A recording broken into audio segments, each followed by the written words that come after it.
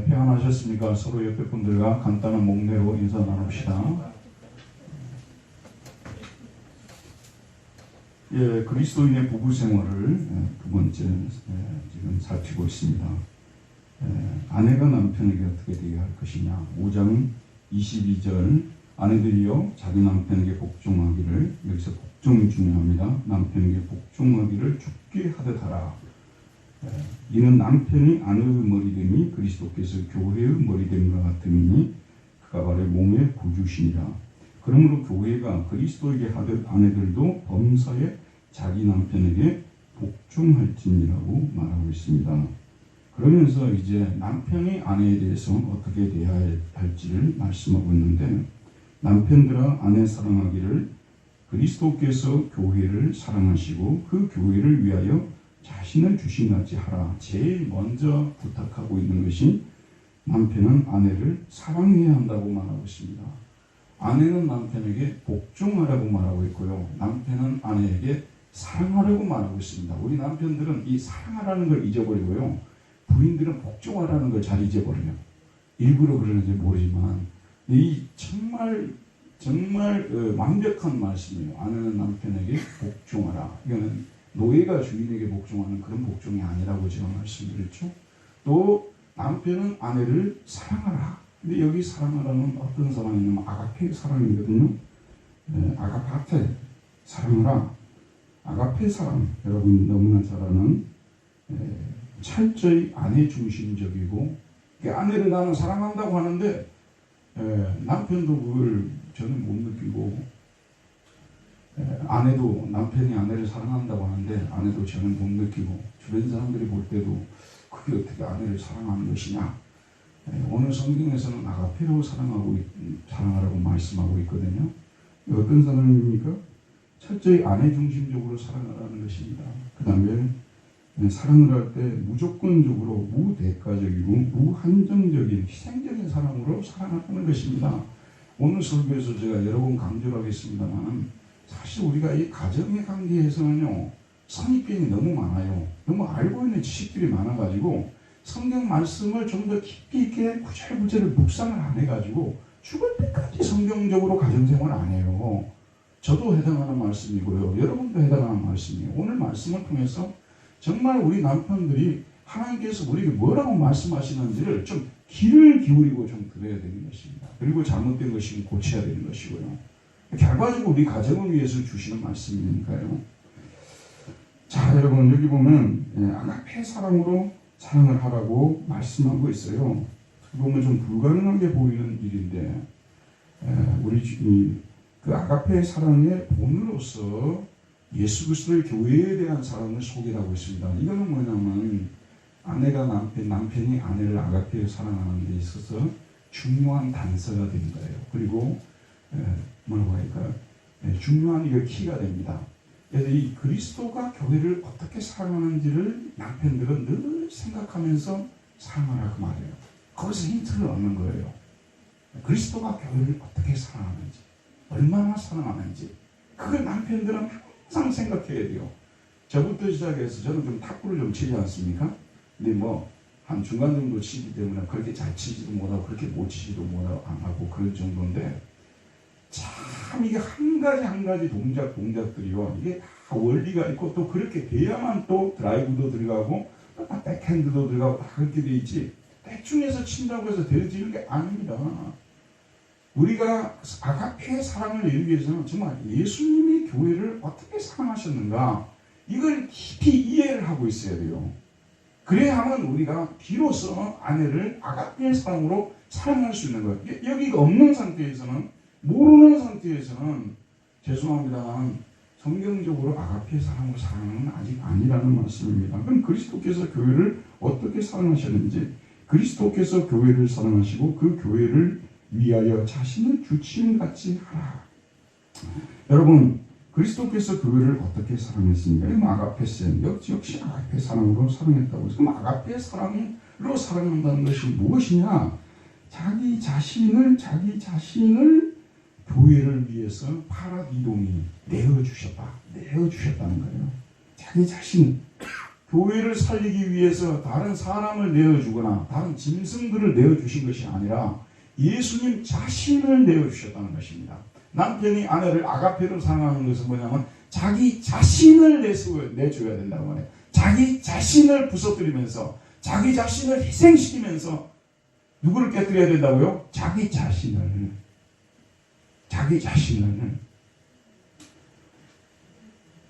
네. 그래서 자기 자신을 속죄제물로 예수님이 내어주셨습니다. 교회는 제사함을 받아야 구원을 받습니다. 근데 속죄의 방법을 찾지를 못했죠. 예수님께서 교회를 살리시기 위해서, 거룩하게 만들기 위해서 자기 자신의 몸과 피를 주셨다는 말씀이에요. 그래서 교회가 제사함을 받도록, 신부되는 교회가 제사함을 받도록 만들어 주셨다는 말씀입니다. 잘 들어보시고, 바울은 이 그리스도의 속죄적 사랑을 남편과 아내의 결혼 생활에 적용을 시키고 있습니다. 오늘 제가 계속 반복되게 말씀드리겠습니다만, 십자가를 생각하고 항상 사랑을 논해야 돼요. 십자가를 빼버리고 사랑을 논하게 되면 성경적 사랑이 아니에요. 우리 특별히 남편들은 항상 아내를 사랑할 때 먼저 십자가를 생각해요. 나 같은 죄인을 받아주신, 나 같은 죄인을 살리기 위해서 예수님 자신의 몸을 내어주셨지 않느냐. 내가 아내를 살리기 위해서 내 몸을 내어줘야 되겠다. 이런 결심을 십자가 앞에서 항상 할 때만 아가페의 사랑으로 사랑할 수 있다는 그런 말씀이 되는 것입니다. 속죄적 사랑을 남편과 아내의 결혼 생활에 적용하는 측면이 매우 중요합니다. 여러분, 그리스도의 남편이, 문제는 아내를 어떻게 생각해야 되냐, 여기서부터 출발해요. 근데 우리 그리스도인들 남편들도 대체로 보면 아내는 흠도 없고 완벽하고 나보다 더 강하고 그렇게 생각해요. 제가 주로 그렇게 많이 생각합니다. 완벽하고 나보다 강하고 못하는 일이 없고, 저는 집에 가서 해결 못할 일이 많아요. 근데 우리 집사람한테 물으면 다 해결해 버려요. 근데 이거는 이제 성경적이 아니에요. 죄송합니다만 저 생각이지. 성경적으로는 베드로전서 3장 7절에 보면 남편들아 아내를 더 연약한 그릇이요 또 생명의 은혜를 함께 이어받을 자로 알아 귀히 여기라 그랬습니다. 더 연약한 그릇으로 여기라고 말하고 있어요. 더 연약한 그릇. 이게 우리가 생각할 때는 아내가 나보다 훨씬 더 강하게 보여요. 그런데 성경은 뭐라고 말씀하냐면 아내를 더 연약한 그릇으로 보라고 분명히 말씀하고 있어요. 사랑이라는 것이 무엇입니까, 여러분? 상대방이 좀 약해야 사랑이 되는 거 아니에요? 동의가 되십니까? 아내를 내가 나보다 더 약한 그릇으로 보는 여기서부터 아가페 사랑이 시작이 된다. 아내가 흠도 없고 정도 없고 정말 거룩한 신부인 것 같지만 연약하고 흠도 있고 부족하고 이런 인식에서부터 출발해야 된다는 게 아주 중요한 포인트입니다, 여러분. 그래서 대체로 가정들을 부부관계가 원만하지 못하고 이런 경우들을 보면 남편들의 책임이 크다고 말이에요. 남편들이 아내를 너무 강하게 보는 거예요. 너무 완벽하게 보고요. 너무 흠도 점도 없는 그런 아내들로 보려고 하기 때문에 문제가 생긴다, 그런 말씀입니다. 그러니까 거기서 사랑이라는 말이 성립이 안 돼요. 상대가 약해야 사랑이 되는 거예요. 여러분, 자녀들을 키우는 부모님들은 다 동의가 될 거예요. A라는 지금 아이는요, 우리 집의 큰아들은 너무 완벽해. 정말 잔소리 할 것도 없어요. 근데 놀라운 사실은 뭐냐면 사랑은 또 그만큼 많이 안 가요. 근데 B라는 자녀는 너무 몸도 약하고 또 생각도 좀 어리고 또 행동도 좀 이렇게 떨어진 것 같고, 근데 부모의 사랑은 어디로 가요? 어디로 갑니까? 거의 두 번째 아이에게로 가는 거예요. 이게요. 약해요. 근데 부모님, 그러니까 남편이 아내를 이와 같이 아가페 사랑을 사랑하기 위해서는 아내를 약하다고 봐야 된다니까요. 아내를 약하다고 봐야 된다고 말입니다. 흠이 있는 아내라고 봐야 되고요. 내가 도와주지 않으면 살아갈 수 없는 존재로 그렇게 생각을 하는 데서부터 아가페 사랑이 성립한다는 말씀이 되는 것입니다. 여러분, 우리 예수님께서 저와 여러분을 맞이해 주실 때 어떤 상태에서 우리를 맞이해 주시고 신부로 삼아 주셨습니까? 구약에 유명한 비유가 나오지 않습니까? 호세아서에 보게 되면 호세아와 고멜의 비유가 나오지 않습니까? 고멜이 어떤 여자입니까? 근데 호세아가 데려오고 또 데려오고 그렇게 사랑으로 우리 예수님께서 저희들을 신부 삼으실 때 정말로 자격 없는 저희들을 정말 고멜과 같은 저희들을 데려다가 이와 같이 깨끗한 신부로 만드시고 그렇게 했다는 그런 말씀 아니겠습니까? 아내가 남편에게, 남편이 아내에게 이 속죄적 사랑을 베풀어 줘야 된다니까요. 이걸 이제 그 마틴 로이드 존스 목사님도 에베소서 설교를 하면서 이 점을 발견한 거예요. 존 스투트 목사님은 또 존스 목사님이 발견한 이 속죄적 사랑을 또 인용을 하고 있습니다. 근데 이게 얼마나 중요한지, 그러니까 우리가 아가페의 사랑으로 아내를 사랑하기 위해서는 속죄적 사랑, 예수님이 교회를 위해서 자기 몸을 버리셨다는, 십자가에서 자기 몸을 찢으셨다는 이것을 우리가 인식할 때, 가슴 깊이 사무치게 받아들일 때 드디어 아내를 아가페의 사랑으로 사랑할 수 있다는 것입니다. 남편은 아내에 대한 사랑이 속죄적 사랑의 토대에 기초하고 있다는 사실을 아는 것이 너무나 중요합니다. 자, 이렇게 예수님 사랑을 계속해서 설명해 나가고 있어요. 남편들은 예수님이 교회를 어떻게 사랑했는가 그거에 대해서 연구를 좀 해야 된다니까요. 여러분 죄송합니다만 대충 해가지고는 아무것도 되는 것이 없어요. 우리 가정의 이 문제에 있어서는 유교적 그런 어떤 그 잔재가 너무 많이 남아있기 때문에 예수 믿고 나서도요, 성경적으로 가정을 영위를 안 해요, 사람들이. 심지어는 알려고도 하지 않아요. 내가 아는 거라고 생각하고 있어요.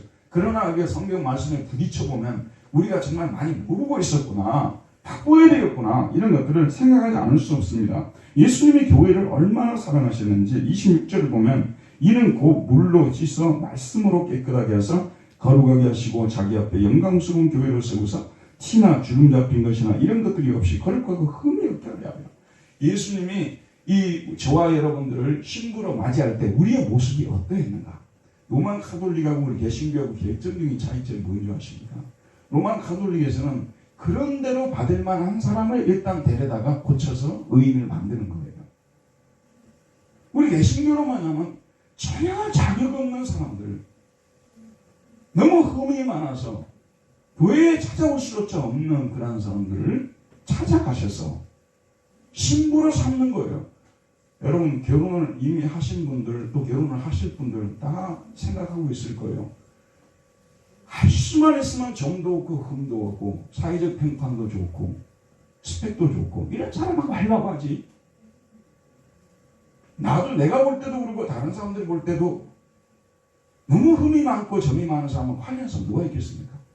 그런데 성경은 뭐라고 말씀해요? 예수님이 저와 여러분들이 어떤 상태에서 우리가 아직 죄인되었을 때, 우리가 아직 연약할 때, 우리가 아직 원수 되었을 때에 주님은 우리를 찾아와서 이와 같이 신부로 삼아주신 거 아니겠습니까? 자, 신부로 삼는데 형편없어요. 그냥 형편없어요. 구약의 그 아가서에 나오는 수남 여인과 같이 막 햇빛에 그을리고 그냥 형편없는 상태에 있어요. 데려다가 첫 번째는 물로 씻습니다. 물로 씻어요. 깨끗하게 물로 씻는 거예요. 세례를 말하겠죠? 근데 이 물로 씻는다는 것은 상징이에요. 여러분 세례 때 우리가 물로 이렇게 신약에서는 그 물속으로 들어가고 장로교에서는 뿌려서 하는데, 물을 갖다가 수백 번 뿌린다고 해서 우리 인간의 죄가 사해집니까? 우리 깨끗해집니까? 상징이죠. 진짜로 우리를 씻는 것은 뭐냐? 말씀이에요, 말씀. 이거 보면 그래서 오늘 말씀이 그대로 떨어지는 거예요. 물로 씻어 말씀으로 깨끗하게 하사. 여러분 이 비밀을요 진짜 눈을 떼야 됩니다. 사람이 깨끗해지고 거룩하게 되기 위해서는요 계속해서 하나님의 말씀을 그 사람 속에 집어넣어야 돼요. 아이를 기르는 부모님들은 다 동의하실 것입니다. 아이를 키울 때 부모가 뭘 제일 많이 합니까? 입을 딱 닫고 사는 부모 있어요, 없어요? 적어도 자녀를 사랑하는 부모는요 입이 쉬지를 않습니다. 좋은 말을 계속해서 그에게 해줍니다. 그게 뭐냐면 물로 씻는다는 말이에요. 사람이 변화되는 것은요 말씀으로 변화되는 것입니다. 말을 계속해서 좋은 말을 해주면요 변화될 수밖에 없는 거예요. 예수님이 그래서 먼저 우리를 씻으시고 그 다음에 말씀으로 깨끗하게 하사 그 다음에 거룩하게 하신 거예요. 거룩하게 하시고 자기 앞에 영광스러운 교회로 세우사. 영광스러운 교회라는, 자기 앞에 영광스러운 교회. 신부를 데려다가 씻기고 그 다음에 좋은 옷을 입혀가지고 남편이 바라볼 때 정말 반짝반짝 빛나는 신부, 반짝반짝 빛나는 특별히 결혼식에서 이런 일이 일어나지 않습니까? 이복을 입혀가지고 신부 화장도 시키고 해서 정말 모든 그 하객들 앞에 내놓았을 때 반짝반짝하도록 영광스러운 신부라는 뜻이 그런 뜻 아니겠습니까? 그런 신부로 세우는 것처럼 우리 예수님께서 교회를 그렇게 영광스러운 교회로 세우사, 그 다음에 티나 주름 잡힌 것이나 이런 것들이 없이 거룩하고 흠이 없게 하려 하시니라. 결혼식 이제 하기 위해서 입장을 하는데, 신부가 입장을 하는데 그 신부가 입은 화장한 것을 보니까 화장이 잘못되어 있어요. 그 다음에 옷이 뭔가 잘못 입혀져 있어요. 상당히 티나 흠이 있어요. 심지어는 여기가 터져 있어요. 여러분, 그렇게 하객들 앞에 내세우려고 하는 신랑이 있겠습니까? 그런 사람 아무도 없습니다. 정말 자기가 볼 때도 너무 아름다운 신부, 또 하객들이 볼 때도 너무 아름다운 신부. 우리 주님이, 저희들은 사실 예수를 믿지만요, 죽는 날까지 예수님의 신랑이신 예수님께서 우리 한 사람 한 사람, 우리 교회를 얼마나 사랑하는지 사실 모르고 죽어요. 성숙한다는 것은 딴 것이 아니거든요. 우리 한 사람 한 사람은 세상 모든 것과 바꿀 수 없는 존귀한 존재로 택함을 받는 사람들이에요. 그래서 우리 예수 믿는 사람들이 항상 두 가지 측면을 동시에 봐야 되는데, 우리 예수 믿는 사람들이 하나님의 자녀로서 합당하게 살아야 될 측면과 우리가 하나님으로부터 받은 특권, 영광이 무엇인가를 묵상하고 음미하고 누리는 이 두 가지 측면이 같이 가줘야 돼요. 근데 우리 한국교회는 제가 자주 설교를 합니다만 항상 의무 쪽이 강조가 되지, 우리가 누리는 특권과 영광에 대해서는 침묵을 해버리는 거예요. 근데 예수를 믿고 나서도 내가 얼마나 영광스러운 자리로 들어오게 되는지, 그리스도의 신부의 자리로 내가 초대되었다는 사실, 그런 특권을 가지게 되었다는 사실, 여기에 대해서요 찬양과 감사가 막 터져나와야 되는데, 이런 기독교를 경험하지를 못한 거예요. 우리는요 죽는 날까지 경험하지 못하는 분들도 계세요. 양쪽이 같이 가져야 된다니까요. 한쪽만 가면 안 되는 거예요. 이거 특권과 영광을 누리면서 의무도 우리가 행하는 것이, 이럴 때 제대로 된 의무가 이행이 되는 거지, 이것이 없는데 하나님 우리를 잡아다가 구원시켜 놓고 너 하나님 잘 섬겨야 돼? 그렇게밖에 못 섬겨? 예수 믿은 지 얼마나 됐는데? 이렇게 하고 있으면 무슨 재미가 있어서 예수 믿겠어요, 여러분? 우리 주님이 우리를 데려다가 씻겨가지고 신부화장을 시켜가지고 거룩하고 영광스럽게 만드셔. 티나 주름 잡힌 것이 없이 거룩하고 흠이 없게 만드신, 참 이 그리스도의 그 교회에 대한 사랑, 바로 이것이 남편이 아내를 이렇게 사랑하는 그런 사랑이 되어야 된다고. 표준. 이게 남편이 아내를 다 이렇게 처음 보는 순간, 물론 어느 정도 하나님이 인도하시고 또 여러 가지 생각이 맞고 해서 결혼하겠죠. 그러나 남편들의 기본적인 인식은 연약한 그릇이라는 인식부터 시작해야 되고, 내가 이 사람을 데려다가 부려먹으려는 생각을 하는 것이 아니라 이 사람을 키워주고 이 사람을 영광스럽게 만들어주고 이 사람이 나에게뿐만 아니라 모든 사람에게 칭찬받는 그러한 아름다운 사람으로 내가 만들어줘야 되겠다, 이런 생각을 하고 결혼을 해야 된다, 그 말입니다. 근데 사실 그렇게 생각하고 결혼한 사람 별로 없죠. 이 성경이 그렇게 말씀하고 있는 게, 그리스도는 지금도 끊임없이 우리를 영광스러운 신부로 만들기 위해서 끊임없이 말씀을 주시고, 끊임없이 또 때로는 잔소리도 하시고 또 징계도 하시면서 우리를 거룩한 신부로 만들어 가시는 거예요. 우리 오늘 또 정문희 권사님 기도를 하셨습니다만은 참 기도를 잘하신다는 그런 생각을 제가 했어요. 근데 하루아침에 되어지는 건 아니잖아요. 많은 시간 동안 하나님께서 간섭하시고 말씀을 주시고 깨우쳐 주시고 또 잘못되게 할 때는 또 징계하시고, 이렇게 해서 거룩한 신부로 흠도 없고 점도 없는 정말 그러한 사람으로 만들어가는 거 아니겠어요? 근데 이 원리를 우리가 남편이 아내에게 적용을 시켜가지고 아내를 그런 사람으로 만들어 가도록 해줘야 된다는 그런 말씀이에요. 근데 저를 비롯해서 특별히 제가 많이 질리는데요.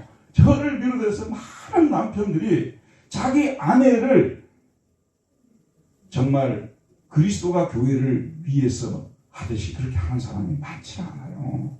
많지 않다니까요. 그래서 우리가 성경을 믿고 그리스도인이 되었음에도 불구하고 실제 부부 생활은 세상의 그런 가치관에 경도되어서 세상의 가치관으로 이 부부 생활을 하는 가정들이 많다는 것입니다. 이걸 회개하자는 그런 말씀이에요.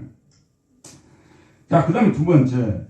첫 번째는 아가페로 사랑해야 되고, 남편은 아내를 자기 자신과 같이 사랑하라고 말하고 있습니다. 자기 자신과 같이. 28절 우리 같이 한번 읽어봅시다. 28절입니다. 시작. 이와 같이 남편들도 자기 아내 사랑하기를 자기 자신과 같이 할지니 자기 아내를 사랑하는 자는 자기를 사랑하는 것이라.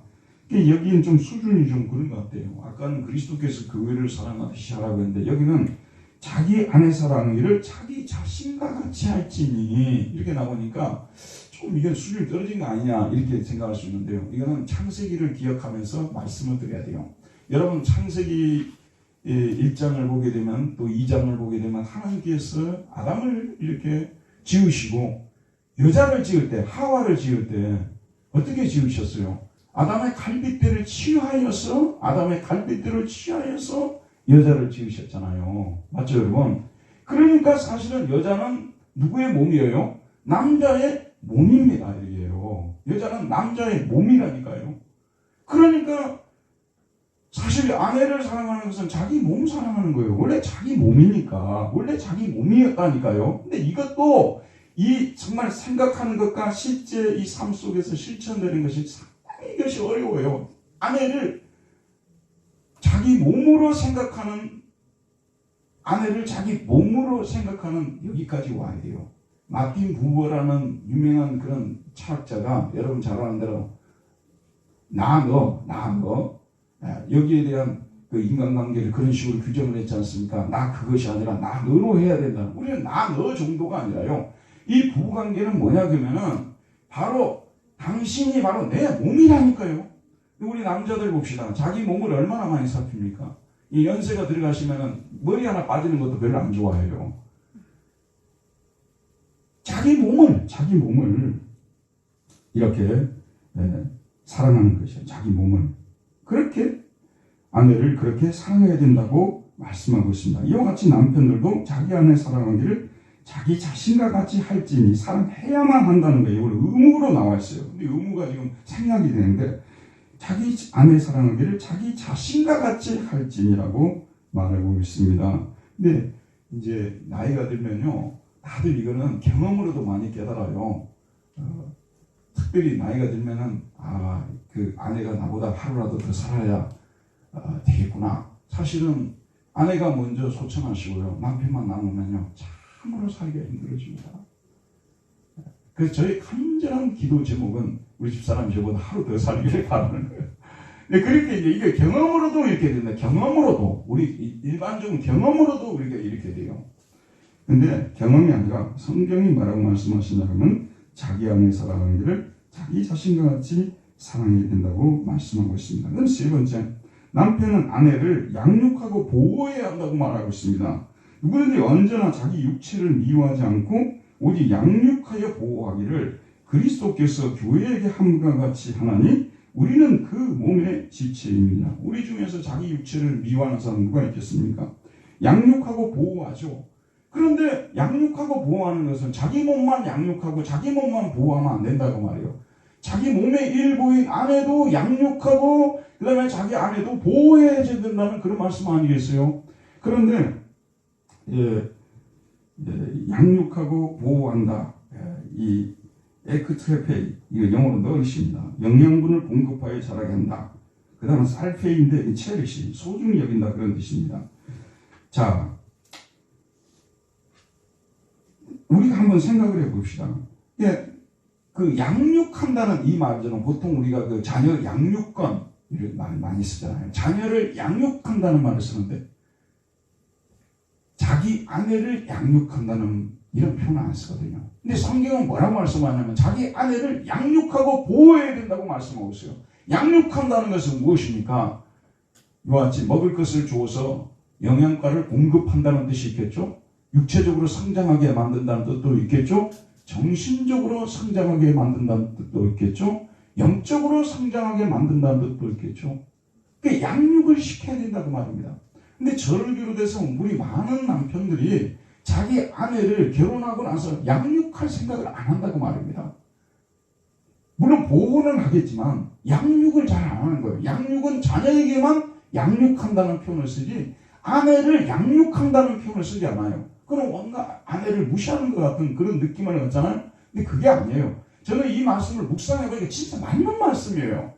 수많은 이 남편들이 아내와 동반 성장을 해야 되는데 자기만 성장하기 위해서 헬스클럽도 자기 혼자 가고 여행도 자기 혼자 가고 공부도 자기 혼자 하고 다 자기만 성장해버리는 거예요. 자기 아내 성장에 대해서는 관심이 별로 없어요. 자기 아내를 양육해야 되는데 거기에 대해서 여러분 그래서 이 부부가요 나중에 가네 갈수록 이렇게 서로 계속해서 대화가 끊이지 않고 이어질 수 있는 같은 수준으로 가져야 되는 것입니다.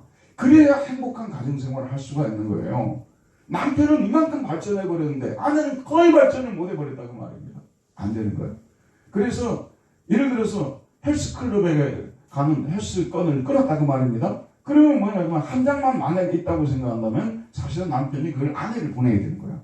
아내를 건강하게 만들어야 된다는 그런 말씀입니다. 학원도 아내를 보내야 되는 것이고 이래야 된다고 말 아니에요? 성경적으로 보자면 그렇습니다. 아내가 성장하도록 양육권이 남편이 아내를 양육하도록 해야 되는 거예요.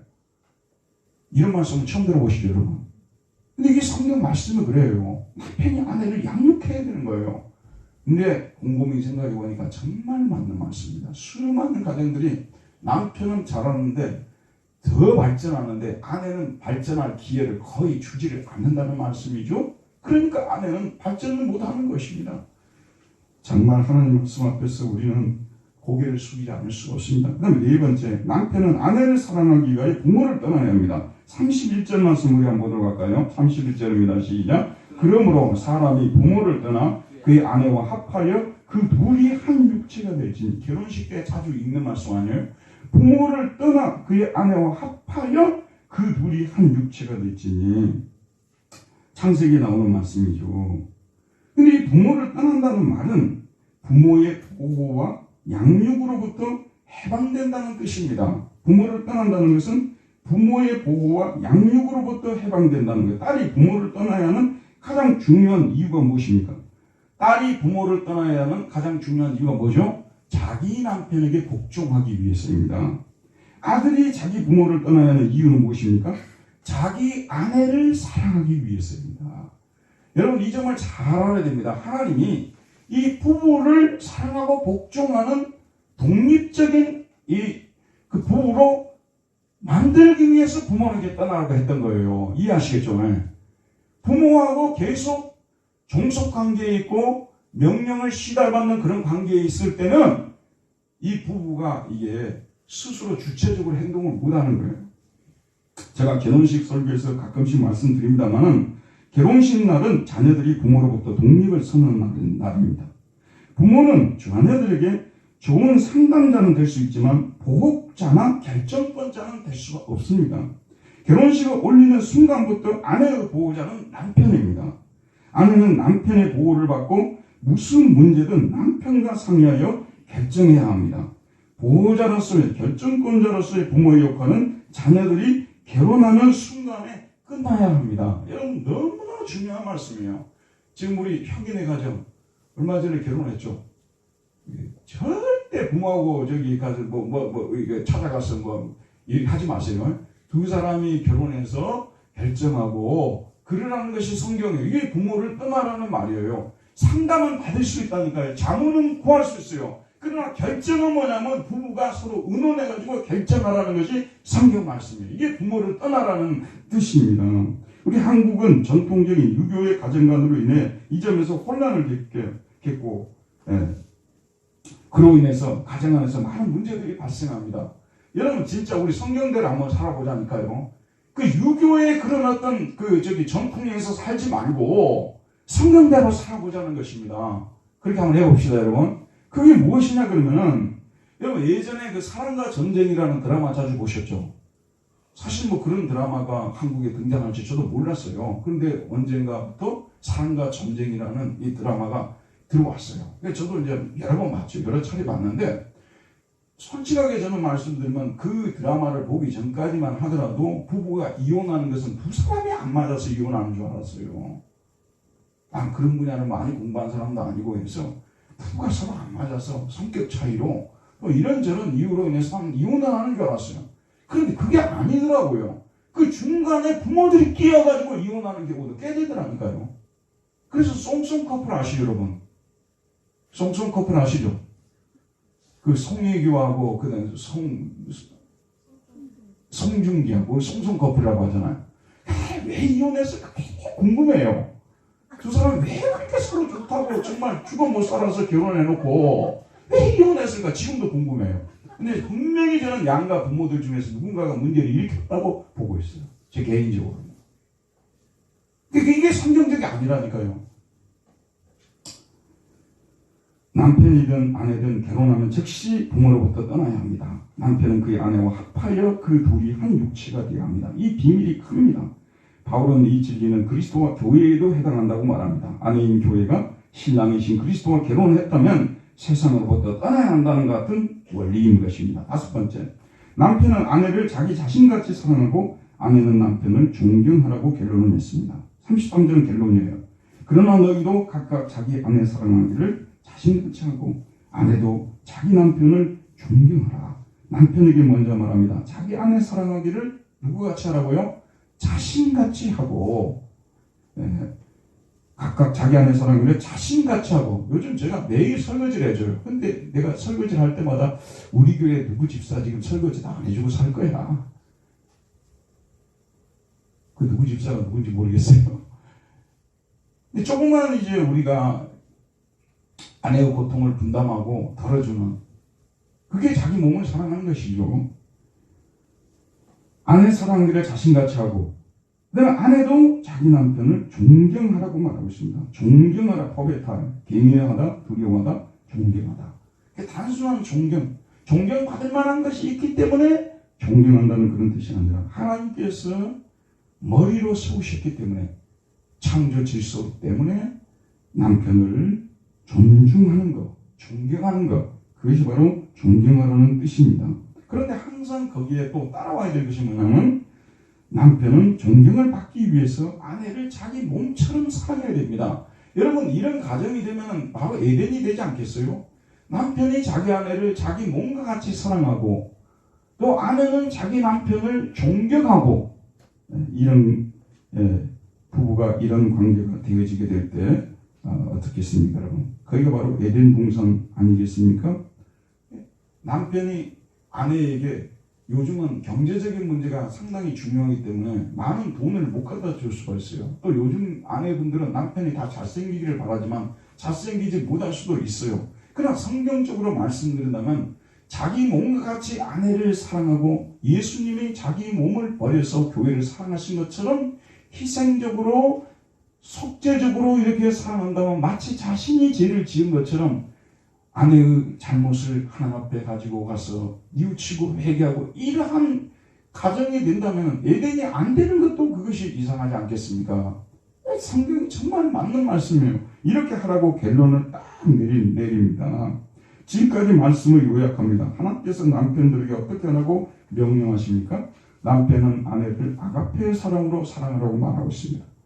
아내를 자기 자신과 같이 사랑하라고 말하고 있습니다. 아내를 양육하고 보호하라고 말하고 있습니다. 아내를 사랑하기 위하여 부모를 떠나라고 말하고 있습니다. 주님의 이 명령은 한쪽만 믿고 한쪽이 안 믿는 가정에도 동일하게 적용이 돼야 됩니다. 여러분, 지금 이 에베소서가 쓰여질 당시에는요, 한쪽만 예수 믿는 가정이 엄청 많았어요. 그래서 고린도전서에 바울이 그러면 어떻게 할 것입니까? 떠나지 말고 내가 속죄적 사랑, 대속적 사랑, 희생적 사랑을 베풀어서 믿지 않는 아내를 구하라고 말하고 있어요. 또 거꾸로 또 아내는 또 그러한 사랑을 베풀어서 그런 복종을 해서 그 남편의 마음을 감화감동시켜서 교회로 이렇게 오게 하라고 말씀하고 있는 것입니다. 그래서 오늘 말씀은 양쪽에 다 믿는 가정만 해당하는 것이 아니라 한쪽만 믿는 가정에도 동일하게 해당한다는 것을 잊지 말아야 된다는 말씀이 되는 것입니다. 그리고 요즘 보게 되면은 이제 그 결혼을 해야 되는데 믿는 가정끼리 결혼을 해야 된다고 이렇게 많이 말을 하잖아요. 근데 그것은 제일 좋은 케이스로 내가 읽어봤거든요. 이미 중세 때부터 이런 얘기가 있었어요. 우리도 어릴 때부터 믿는 가정하고만 예수 믿지, 믿는 가정하고 결혼을 안 하면은요 주례도 안 해줬어요. 지금도 보수적인 교회는 그렇게 하고 있어요.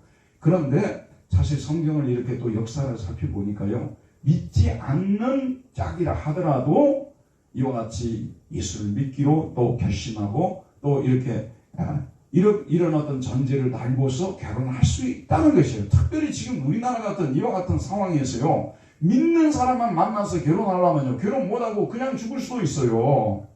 그러니까 만나가지고 교제를 하면서 예수를 믿도록 도와주고, 또 믿음이 좀 약해도 결혼한 후에 계속해서 설득하고 해서 이것이 더 맞는 얘기지. 다 양가 부모가 다 양쪽 다, 심지어는 어디까지 따져보냐면 또 그쪽 부모까지 또 예수 믿어야 돼요. 그러면 또 잘생겨야 돼. 그러다가 또 직장도 좋아야 돼. 장래성도 있어야 돼. 그러면 어떻게 결혼하겠어요? 그렇죠, 여러분. 이게 좀 부족한 것이 있어도 이와 같이 믿음을 얘기를 해서 교회를 다니도록 하고, 또 어느 정도까지는 또 교회를 좀 다니다가 세례를 받고 결혼, 이런 식으로 해야 되는 거지. 전혀 안 믿는 사람은 절대 결혼 안 시키겠다고 이렇게 해버리게 되면 안 되는 거예요. 그래서 사실상 지금 우리 교회도 보면은요, 한쪽만 예수 믿는 가정이 진짜 많아요. 저는 매일의 기도 제목입니다. 하나님이 아십니다. 그런 가정들이 전부 예수 믿게 해달라고 하나님께 얼마나 간절히 기도하는지요. 그거는 우리가 하나님께서 섭리가 있어서 맺게 하신 거예요. 잘못한 게 아니에요. 섭리가 그 속에도 있어요. 그래서 우리는 그 섭리를 바라보면서 한쪽을 설득해서 예수를 믿도록 이렇게 만들어줘야 된다는 그런 말씀이 드는 것이죠. 어쨌든 지금 한국 교회가 큰 어려움을 당하고 있어요. 이건 한국 사회의 문제죠. 인구 절벽이잖아요. 죄송합니다만 아이를 안 놓겠다고 하지 않습니까? 아이를 안 놓겠다고. 그러니까 아니 사람이 있어야 교회도 있는 것이지, 사람이 없는데 교회가 있겠어요? 저는요 개인적으로 여러분도 거기에 대해서 어느 정도는 저에 대해 지적을 한다면 제가 받을 수밖에 없는데, 제가 아내에게 엄청나게 잘하고 아주 표준적이고 모범적이고 그러지를 못해요. 그래서 제가 이 가정에 대한 설교를 잘 안 합니다. 그리고 가정 문제 잘 터치 안 합니다. 근데 요즘 와서 정말 기도 제목이에요. 이러다가는 한국교회가 문 닫게 생겼어요. 사람이 없는데, 아이를 낳지 않는데, 물론 아이를 또 못 낳는 가정들도 굉장히 많아요. 낳고 싶은데 못 낳는 가정도 의외로 많아요, 여러분. 여러 가지 환경 문제나 이런 것들 때문에 그런 것 같아요. 그러다 보니까 진짜 자녀가 태어나질 않는데, 신기하다. 우리 부모님들이 지금 제일 많이 기도해야 될 것은 뭐냐면, 우리 자녀를 잘 결혼시키도록, 이게 최고의 저는 기도 제목이 되어야 된다고 생각합니다. 그리고 정년기에 결혼해서 아이를 낳을 수 있는, 저는 이런 가정이 가장 성공한 가정이라고 지금 생각하고 있어요. 그 정도로 지금 이 가정 문제가 심각합니다. 남편과 부부가 좀 트러블이 있고요. 그런 것들은 사실 큰 문제가 아니에요. 같이 오랫동안 사는데 트러블도 없이 항상 행복한 가정이 비정상 아니에요? 그런 가정이 어디 있어요? 그런 가정이 없어요. 근데 트러블도 있고 사랑은 또 식을 때도 있고 이렇지 않습니까? 근데 문제는 결혼을 하는 것이 중요하거든요. 그리고 결혼을 해서 아이를 낳으라는 것. 전에도 한번 말씀드렸습니다만, 중세기 때 마틴 루터의 글을 읽어보니까 결혼을 안 하려고 하는 경제적인 문제 때문에요. 거기도 결혼을 안 하려고 하는 거예요. 그래서 루터가 이 공중나는 새를 보라, 들이 가버를 보라, 그 말씀을 인용을 하면서, 하나님이 아이를 태어나게 하면 하나님이 그 아이를 책임질 거니까 너무 경제적인 걱정하지 말고 결혼을 하라고 그때도 그렇게 많이 당부를 했더라니까요. 참 이 문제가 저는 가장 중요한 포인트라고 생각하고, 또 한 가지 말씀을 드리게 되면, 항상 이 부부 사이가 행복한 가정으로 딱 이렇게 서기 위해서는 항상 그 부부 사이에 십자가가 서 있어야 된다고 말해요. 십자가가 항상 서 있어야 됩니다. 부부 싸움을 할 수도 있어, 다툴 수도 있어요. 싸움도 할 수 있고 다툴 수도 있는데, 이 십자가 앞에 나가서 각자가 십자가 앞에서 얘기하는 거예요. 십자가 앞에 서기 전까지만 해도요, 저 남편이 다 틀린 것처럼 보여요. 정말 나쁘다고 생각해요. 십자가 앞에 서게 되면 내가 더 나쁘다는 생각이 들어요. 남편보다도 내가 더 많이 실수를 하는 존재라는 걸 깨닫게 되고요. 그래서 이 좋은 부부가 되기 위해서는 항상 십자가 앞에 서는, 그래서 속죄될 사랑으로 사랑하려고 하는, 또 아내는 예수님에게 하듯이 그렇게 남편에게 복종하려고 하는 그런 생각을 가지게 될 때 가정이 유지되는 거예요. 행복해지는 거예요. 마지막으로 한 가지만 더 말씀드리면요. 교회가 중요하냐 가정이 중요하냐, 이렇게 이제 우리가 또 생각할 수 있어요. 어떤 분들을 보게 되면 교회로 인해서 가정이 불행해지는 경우도 있고, 또 가정의 행복을 위해서 교회 생활을 등한히 하는 경우들도 있거든요. 근데 이 불가분의 관계라고 볼 수가 있겠죠. 교회 생활이 잘 돼야 가정 생활도 잘 되는 것이고, 가정 생활이 화목해야 교회 생활도 화목하게 할 수 있는 거 아니겠습니까? 그래서 저는 우리 집사람하고 항상 가정을 돌아가면서 기도해 줍니다. 가정들이 행복해야 교회 생활도 잘하기 때문에 그런 거예요. 가정이 불행하고 서로 늘 싸우는데 어떻게 교회에 와서 행복한 신앙생활을 할 수가 있겠어요? 그런데 이 우선순위를 따지자면 저는 교회가 먼저라고 생각해요. 가정보다도 교회가 더 우선이라고 생각합니다. 요즘 현대 자유주의 기독교에서는 그렇게 말 안 해요.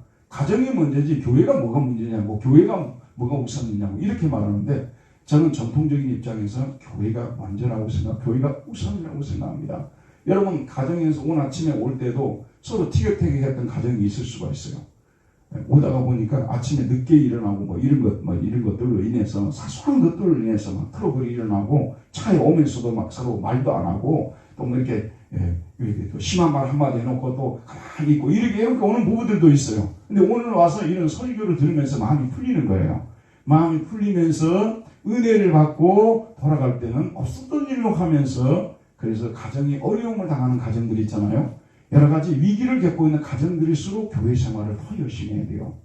힘이 들어도 표정을 감추고요. 부부 사이에 어떤 일이 있는지 아무도 모르게 감추면서 그래도 공식적인 예배에 참여를 하고 성경 공부도 참여하고 교회 일도 하고 이렇게 해나가는 과정에서 문제가 해결이 되는 거예요. 그러면서 집으로 돌아가게 되면 화목한 가정이 되어지게 되고, 또 그 화목이 이루어지게 되면 교회에 와서 화목한 모습으로 섬기게 되어지는 것이니까, 정말 우리 신앙생활에 있어서는 교회가 중심이 되어야 됩니다. 이스라엘 백성들에게 있어서 신앙의 중심이 뭐였습니까? 바로 그들은 그거 아니에요? 성막 아니었습니까? 성막이 중심이었어요. 성막이. 마찬가지로 우리 신앙인들에게 있어서, 오늘날에 있어서 우리 함께 모이는 이 성도의 모임, 이 예배당, 이 교회가 중심이 센터가 되어져야 되는 것입니다. 어떤 일이 있어도 여러분 교회를 떠나고 교회 없이도 신앙생활을 할 수 있다는 생각을 갖지 마세요. 그것은 물고기가 물을 떠나는 것과 똑같은 것입니다. 놀랍게 교회는요, 죄송합니다만 제가 한 사람 만나가지고 당신 문제가 뭡니까? 내가 이게 말씀으로 보니까 이런 얘기할 필요도 없어요. 그저 그냥 와서 예배 드리고 찬송 부르고 기도하고 성도들 만나서 이렇게 인사하고 그러는 과정에서 여러분들이 그날 저녁에 겪었던, 요즘 겪고 있는 그런 문제가 너무 쉽게 해결이 될 수 있는 거예요.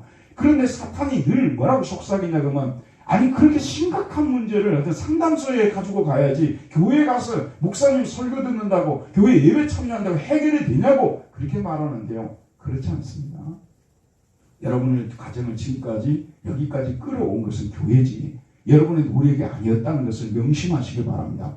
끝까지 우리는 그리스도 안에 가야 되고, 그리스도의 몸인 교회 안에 머물면서 성도의 교제를 통해서 힘을 얻고 서로 위로하고 격려하고, 그러면서 교회 생활의 기쁨을 누리고 또 여러분의 가정에서도 기쁨을 누리고. 오늘날 교회가 무너지니까 가정도 무너지는 거예요. 사실은 원인은 교회에 있어요. 교회가 교회답지 못해지니까 가정도 가정답지 못해지게 된다고 저는 보는 것이거든요. 우리 교회가 하나님이 기뻐하시는, 정말 하나님 마음에 흡족한 교회가 되어진다면 우리 교회 가정들은 볼 필요도 없어요. 모든 가정이 저는 행복해진다고 믿습니다.